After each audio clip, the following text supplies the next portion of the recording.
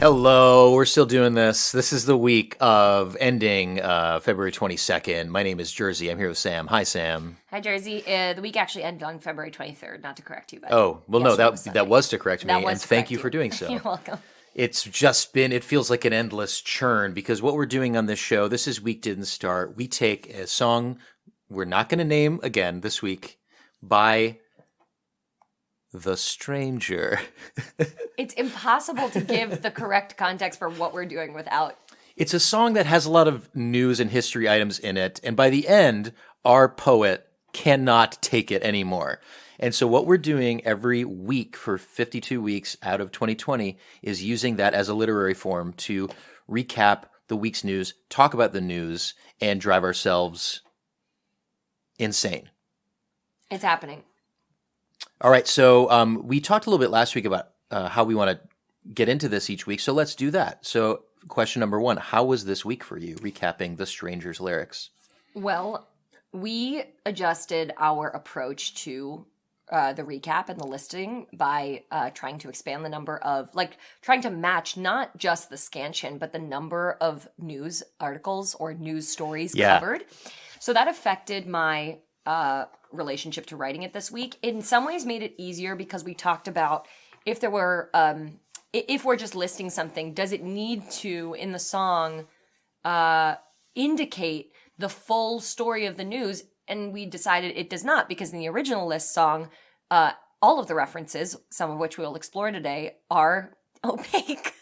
They are one-word references to things that you might not know about unless you looked it up.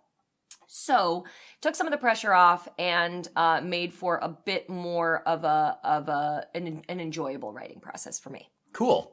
Yeah, I had a fun time this week. I did not expect when we embarked on this how much of the doing of it would make me an expert of like Google, not just the Google Docs functionality of figuring out like what's the most technocratically efficient way to compile these lists of news that we're putting together. And just, listeners that are compiling things, did you know that if you drop a link into a Google Doc, it will either replace it with the title of the page that if you click on it? Mm-hmm. Have you found that function? Mm-hmm. So you can drop a link in the doc, just like copy and paste the URL. Right. Click the link. And rather than going directly to the link, it'll say, do you want to replace the hyperlink with the headline of the news story that you linked? Oh, wow. So A, you can do that. I haven't used that yet. B, you could type in a summary of the story and insert a hyperlink, and then Google will find the story that it links to. We just have to check and make sure it's the right story and it's not like an erroneous link. So in this example, how do I replace? Or so if you drop like the raw URL. Oh, the raw URL. So I've already fucked it up. Yeah, and then it'll sort of say, hey, do you want to? It's like a little trick. And then the big hack this week was we were talking about our search terms under the news tab. You search for the news provider, which will help focus and diversify our news sources. And we can specifically look for certain news sources, and it just helps you generate more stories now that we know you need 27 for this one, 28 for this one, etc. I feel like we've truly gone from Cro-Magnon to Homo sapiens. It's really changed the game. It's really changed the game. Just the other thing to note about the Google thing is, were you ever a user of Google News, like news.google.com? I tried it. It was not reliable. So they've been kind of removing and offloading features from it over the last several years. The news archive is a really cool thing. If we were ever to go back and do like a version of this for like a prequel to We Didn't Start the Fire, covering everything before 1945 or something, there's really great resources, but it becomes harder and harder to search. You used to be able to do a targeted date search in the Google News feed, not the tab on the Google search, but like news.google.com. Until the end of December 2019, no way, you could search for one specific date on news.google.com.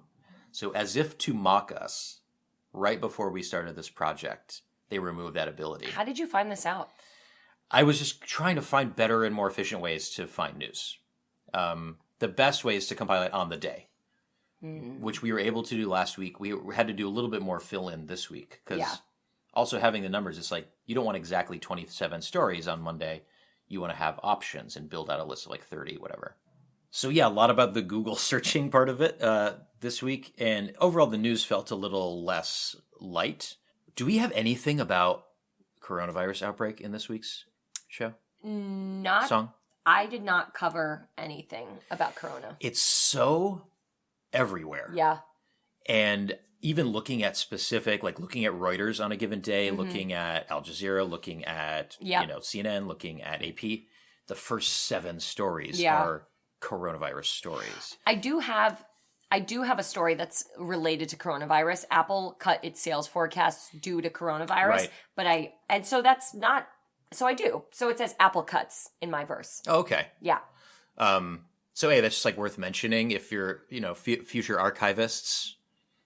Coronavirus is still going. It's still happening, and it's spreading. And there were so many small stories about the first case in this country, or now responses to it. Yeah, like so much about cruises and people disembarking from cruises abroad. There was that one cruise last week, and then it's like this whole cruise phenomenon.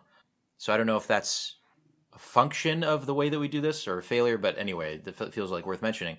So that's the first question. And then these are like our 2 new little things. Of the week's news that you found, is there something that you were interested in highlighting, drawing attention to, you found particularly interesting or fascinating? There was a story in my Wednesday verse, I believe. No, excuse me. Story in my Monday verse. So WhatsApp is a security vulnerability. I guess it's not surprising, but because it's used by so many international journalists, it's kind of incredible that it has these issues. So the way it was discovered was a reporter, I believe it was the Columbia Journalism Review, You're doing a great job of like talking around your cat moving butt right now. It's amazing. Columbia Journalism Review went to, I believe, visit his colleagues in the newsroom and found that everybody had reported a strange phenomenon whereby they would receive these WhatsApp calls from mysterious numbers they didn't recognize, and then shortly afterwards their phone battery would drain and a call that they were taking would drop, as if there was an outside source that was like tapping the resource and using up the battery. And so the journalist blames like state actors, but this idea of like government surveillance being just kind of legal or like used on WhatsApp. So this guy recommended changing to Signal for all your communications to keep them encrypted, and said that it's also an open source app, which means that if there are security breaches, it's faster. It will become apparent faster. Whereas an app that has far more kind of a shroud around it, it takes watchdogs or whoever does the uncovering of these vulnerabilities longer to discover that there's been a breach. So. And that was the whole WhatsApp thing, is like it's the one secure messaging app, and then it got acquired by Facebook, but they said, no, we're going to leave it as its own thing, right? I forgot, but I just found out this weekend that WhatsApp was owned by Facebook. Isn't that wild? And so... And Facebook is answering for none of it. I mean, that is the ongoing... I want Mark Zuckerberg to go to jail so badly. Well, he got taken to task in... Was that this week or last week? Yeah, in the EU? Yeah. But it's like he's not going to jail. Right. He's just testifying and providing unsatisfying responses, and it makes me so mad. Yeah. This man has to be held accountable for the havoc he has wreaked, which I've learned can be said either wreaked or rot. They're interchangeable. Oh, wreaked or wrought havoc. Mm-hmm. You can do both. Oh, that's the past tense. Mm-hmm. Wreaked sounds like stinkier. Yeah, so I know. But it's more correct, apparently. There you go. Okay, WhatsApp. That's a good one. There was another data thing. Oh, the agency that the White House and a bunch of U.S. government officials used to communicate securely had a breach. Oh, right. And like more Russia stuff, MGM had a breach too, MGM studios or hotels. So everybody who had ever stayed in one of those hotels, their data was compromised.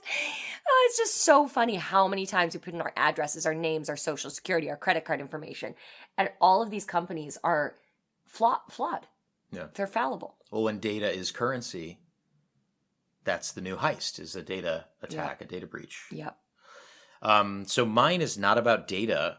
From this experiment, I found this headline. I think it was for Tuesday. And it was really a follow-up to a documentary that BBC Africa made about Western African universities, specifically University of Ghana and University of Lagos, where there has been this decades-long, generations-long, pervasive sexual harassment and coercion culture in universities. So, it's a terrible story, and it's beginning to be uncovered. There's beginning to be accountability. But basically, these administrators and lecturers, because of the lack of accountability, it's for decades has been accepted in academia in some of these places that either admissions people or heads of programs will solicit sexual favors and harass and coerce students who are trying to become trying to enroll in the university. So that's the story. And if you're interested in this, there's a short documentary that BBC Africa put together where this journalist and team of documentary filmmakers infiltrated these admissions meetings and went through a whole application process. And this reporter, who could pass for a 17-year-old, went into these admission meetings with these different officials from different universities and put herself in the room alone with these guys who were locking the door and showing up in their pajamas and propositioning her and kind of doing their whole thing. So it's a horrible story. The good news is that there is, because I think this reporting has led to some accountability and some repercussions.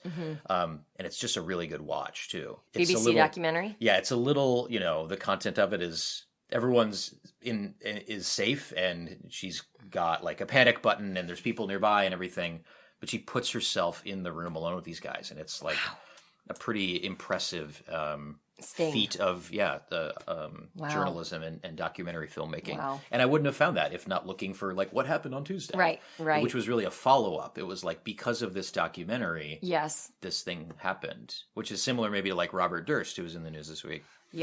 And because of a documentary, he's on trial for multiple murders.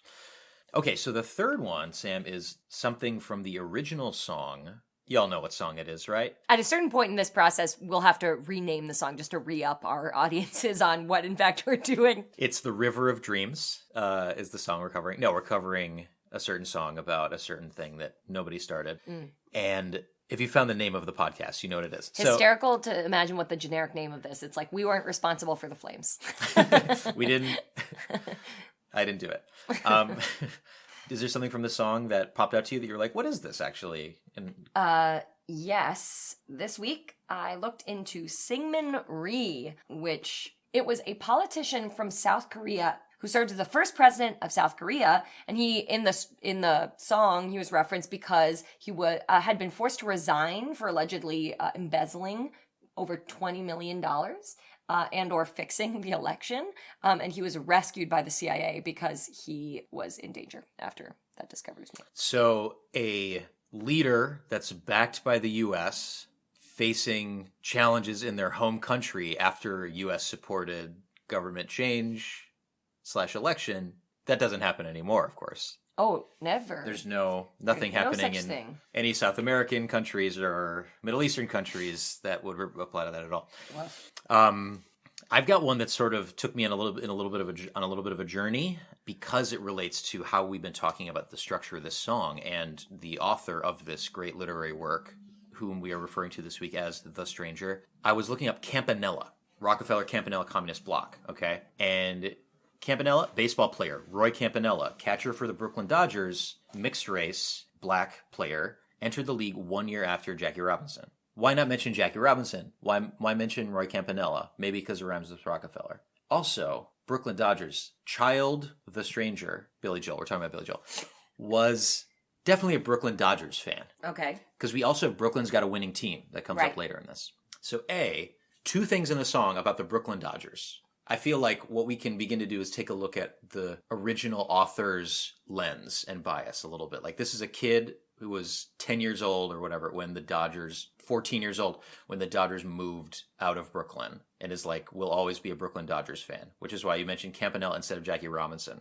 Also, Campanella died the same day as Joseph Stalin, who was also mentioned in the song. So I can also picture like young, the stranger, hearing the announcement on the radio of both of them dying and it being like this majorly impactful day. So that's part of it, is like there are different things in the song that might be more linked than we are led to realize, because that's something we've been doing. We're like, well, that's not really in the song, but I think it is, because the other one is it led me to Marilyn Monroe and Joe DiMaggio, who are the rhyming couplet in between lines in the first verse. Not only are they a couplet, but they are a couple. And we're like married, right? So they are linked in this certain way too. So there might be more internal links between these things through Billy Joel's Brooklyn, mid-century lens, and through the logic of how things are put together. That's interesting and intimidating. But I think what it can let us do is release into our own, like, I put in the verse for whichever day Trump had that clemency spree and parted and commuted all those sentences. I just named all the people. Okay, And I was like, oh, these are related, but that's like not the song. But maybe it is the song, is what I'm trying to say. I may have used that phrase, but none of the names, just saying the overarching misuse of clemency. So that's interesting. There we go. There's the link. Okay, and just for what it's worth, before we continue, it is interesting to look at the recap, like the references in the song as explained by the internet articles, because Marilyn Monroe in the 1950s, it is a statement about, it's not a death, it's like appeared in 5 films over the course of the 1950s. So you could probably assume like rising starlet, like worth a mention, you know what I mean? Whereas with Joe DiMaggio, it's like he goes to 5 World Series in the 1940s. So, well, I guess those things are comparable, but it's this idea of like somebody becoming a public figure and then choosing to put them in those 2 places. Well, and the Marilyn Monroe mention is in the early verse. It's in the 40s verse, not, it's not her death and the circumstances around her death. Right. And it's not, Marilyn Monroe and Joe DiMaggio were together then, and then she had other relationships, right? He doesn't get into like Marilyn Monroe and Arthur Miller, or, whatever. Which would have been. So their placement in the song, I think, because it covers such a long span. Yes. Is significant too. Interesting. But I think it can free us, Yes. Speaking of which, shall we free ourselves into I would love running to free through the song? myself of the... Anything else that like, let's like go through it and then we can do a little bit of chatting about it and then call it a week. Great. All right, verse 1. This was you this week. You started us off. Okay. Rob Manfred Insulin, Robert Durst Vape Pens, Big Milk Merger, Women Soldiers Save Our BBC. Ghost Ship, Apparition, Russian Facial Recognition, Tom Piketty, Miller Wedding, Raphael Tapestries. Apple Cuts, Mr. Swift, Fire, Fall Bars, Justice Rift, Pier 1 Broke, WhatsApp Spies, Winter Rain Made Waters Rise, Tax Reform, Post HQ2, Paramedical Tattoos, Zuckerberg, Burkina Faso, Charles Portis, Goodbye. Tuesday. Milkin, Blagojevich, De Bartolo, Carrick, Mississippi, Scouts Bankruptcy, Stone Delay, Blocked. LA pushes back at Trump, Malaysia's not your plastic dump, Ashraf Ghani, Bloomberg Money, who tagged Plymouth Rock. Harry Styles, booze costs, calling cops for cell plan loss, SpaceX, Maine poll, union backers reach their goal, Gone in Uni expose, gun bill shot down in VA, prom pics, Injitrix, laundering through the U.S. Wednesday. Pop Smoke, Angry Dems, Dick Grinnell, MGM, Landmine in Yemen, Patient plays the violin, Rora Bacher, Tags for All, Whiteout Pile Up Montreal, Cut, Copy, Paste Guy dies, Alien Search intensifies. Bow, bow, bow, bow, bow, bow, bow. Whoa. Boneless Thugs, Erdogan, Victoria's Secret, Olaf Palm, Women's Deaths in Mexico, Clearly Racist Fashion Show, Gunmen in Germany, Trump misusing clemency, Jaguars, Pine Island flows, Bloomberg is a shit show. All right. 40 months, Kashmir jails, Sydney, Melbourne train derails, forever 21 again, unity in South Sudan, migrant ship goes off the map, Nieto in corruption flap, Irish PM stepping down, Ethiopia gets back their crown. U.S. comms, firewalls, Steyer chases waterfalls, China kicks at WSJ, what else do I have to say? All right. And then we have the Friday, Saturday, Sunday, summed up in a single verse. Friends back no carnival, NASA says goodbye South Pole, K-pop Mubarak's walk, Weinstein jury deadlock, AOC hunts with PAC, pro Bloomberg Twitter, flash flood Indonesia, Google sued for kids data. Jet crash info 1 year late, Sanders wins the Silver State, wrestling in the Middle East, swarm of 40,000 bees, Dick Van Dyke for Bernie, internment camps apology, more election hack reports, I can't take it anymore. There you go. Good last verse. Yeah, this is the way to do it. Yeah, I mean, 2 weeks in a row. 100% agree. We just split the last verse. And the number of news stories, really. I think this is the show. I do notice you have an increasing detachment towards pronunciation of words. And there are a couple times where it's like Ethiopia. I know. Okay, well, it's not pronunciation. It's the rhythm. It's like it's data. It's stuff like that. But Ethiopian. Oh, do you just mean like when I do it, I'm pronouncing? There are a couple times where it seems like the emphasis was shifted to allow for the story. Yeah, which is No, that sucks. I admire you had a good syncopation in like the first verse. I think like the second half of the first verse. Mm-hmm. That was really good. I think I just love. I used to write parody songs for no reason, and so I just love when it fits the pocket. It's like putting on a glove that fits each finger so well, Of course. No, I prefer it when it doesn't do that. When it scans perfectly. But you did something that was like very pleasing. Yeah. Even though it was a syncopate. Was it Apple Cuts, Mr. Swift, Fire? No. Oh, it was Raphael Tapestries. Oh, thank you. You did something with the... Raphael Tapestries. Yeah, Marilyn Monroe. Yeah, you did. Ba, ba, ba, ba, ba. Yeah. Yeah, that was... Thank you. It was the triplets, not syncopation. Yeah. That was cool. All right, what else was great? I mean, the first verse was very good, and you hit every individual, I think. There were a couple where I sacrificed, you had 27 stories. I did not. Oh, sorry. I should say I had that many to work with, but ghost ship, apparition, Russian facial recognition was one of my favorite lines, and as a result, I forewent Joe McCarthy, Richard Nixon, Studebaker television. Oh, yeah. So there were moments where, and that was a question I was going to ask you about it, is like, should we strive for that many, and if we end up doing too fewer, that fits within our new approach, or should we sacrifice? Because I think it would have been, there are some stories that truly have too many syllables to sum up in a way that is even indicative. So yeah. That's the thing too. It's like some of them, it's not about what's the most important story, because I feel like, okay, I should give like the meme shit, a fourth of a verse, and then the impactful stories a half of a verse, and give them all those syllables. But it's not really about that. It's about the weirdness of the story or the difficulty to sum it up. Right. In a few syllables. Because some of the big news things, it's like outbreak. You could just say outbreak. Yeah. And we know what it's about. Yeah.